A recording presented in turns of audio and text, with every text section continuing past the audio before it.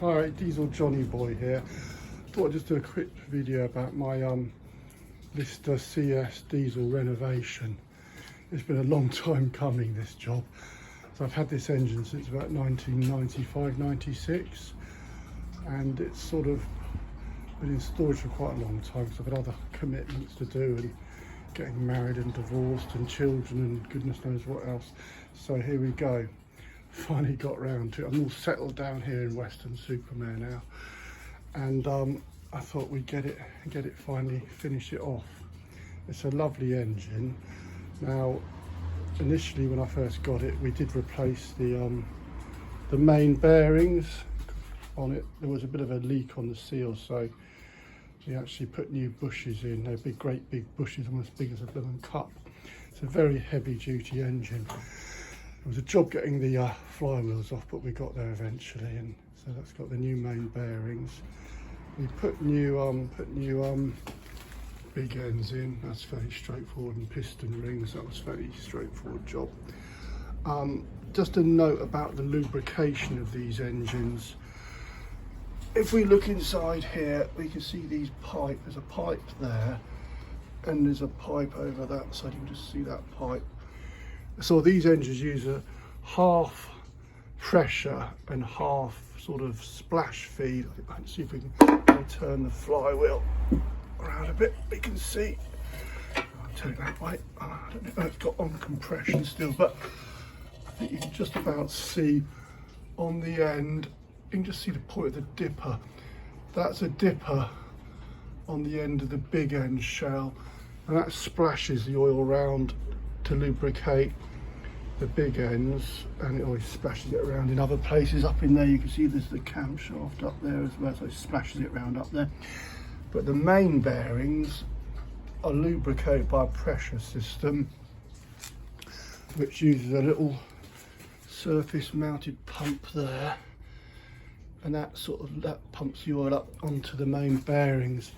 They've got like an oil reservoir down in there, and I've got to put the pan back in there. There's like a pan in there. I've got to put that back in. But yeah, so you've got to be careful with the right sort of oil you use on these. The correct grade is something like this. Golden Film Straight 20. They don't have a full flow oil filter or anything either. I've actually changed the filter. They basically have this gauze which sits in here. I've got to put the pipe back on. This one's actually got a magnet on it. This was from Stationary Engine Spares. Stationary Engine Parts. It's this company here. They're a pretty good company to deal with. This is probably made out in India for one of the Listeroid type things. But often you'll find the old strainer. I don't know why they get so mangled, because nothing really happens to them, but I mean, obviously that's been there. This is a 1939 engine, so this has got a bit torn around the edges, so it probably would be sort of okay, but it's all squashed up. But for a few quid, I thought I'd treat it to a nice new one. I put the new brass. They supply it with the steel kind of elbow unit, but I put my brass one back on, so that would look a bit nicer, I thought. Anyway, so that sits in the sump. They've got like a little reservoir sump down there. So when you first start these engines up, it's always a good idea to make sure that this bit down here, like the bottom part down in there, is full of oil. And it's always a good idea to also take this door off and pump a lot of oil with an oil can round the bearings on the big ends and all round in there. You're also meant to, that bolt there next to the, you can just see it, there's a bolt here next to the tappets, the left of the tappets. Undo that and tip some oil down there, and that lubricates the camshaft bearing. And obviously you're meant to have oil in here. That lubricates the valve guides, so it's quite basic lubrication, but you need to get that right. So as I say, don't use multi-grade oil. You must use this straight 20 or something like that for Britain. SAE 20 is about the right sort of grade. We don't get extreme weather conditions, so that's your preferred oil. It's always a good idea, obviously, as well as a pump, hand pump. You can prime it here on the pump. Give that plenty of pumps to get the oil moving as well. So it's just worth that extra if you want to keep your engine in good condition. I decided to put wing nuts on my inspection door, so I can whip it off and give it a bit of extra lubrication prior to starting the engine up. I mean, I run this with the compression valve screwed in as well. It's always on a light load, but yeah, that's about it really. So it's had a bit of a paint up. I didn't strip it completely down, but there's bits dangling off all over the place.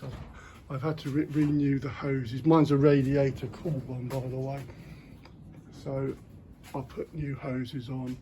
We've painted all the bits and pieces. They're all hanging up over here, ready for assembly.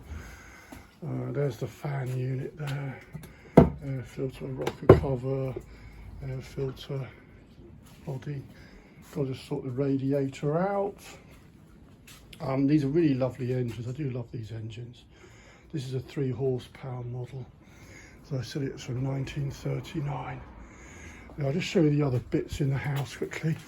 So I've had to do a modification on the fuel filter system.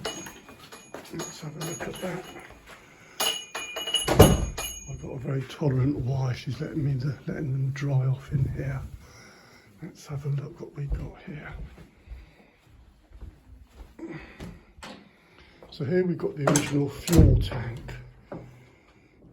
It's got the information plate, nice bit of brass.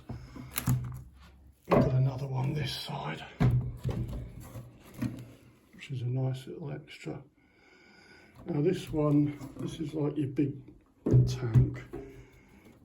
Now, I'm not sure what sort of fuel filter system that Lister used originally, but I've had to adopt a bit of Heath Robinson here. So I've used an ordinary car fuel filter, and it goes on like that. I don't know what they would have used originally, but this should be fine, and that just sits on in. The fuel tank was amazingly clear of rust, actually. It's pretty good. That sits on there like that. Bolt in there. And here's some of the other bits here. There's your fuel tap there. And there's just the radiator tap, and there's the crankcase door. So here's some bits here. Here's some information on my engine from Doreen Eddington. Sadly, David has passed away now, but they were great guys in the stationary engine movement, and they were always very helpful. So that tells me my engine was from 1939. It's always good to get a few books if you can get them. I've got an original, fairly original book there.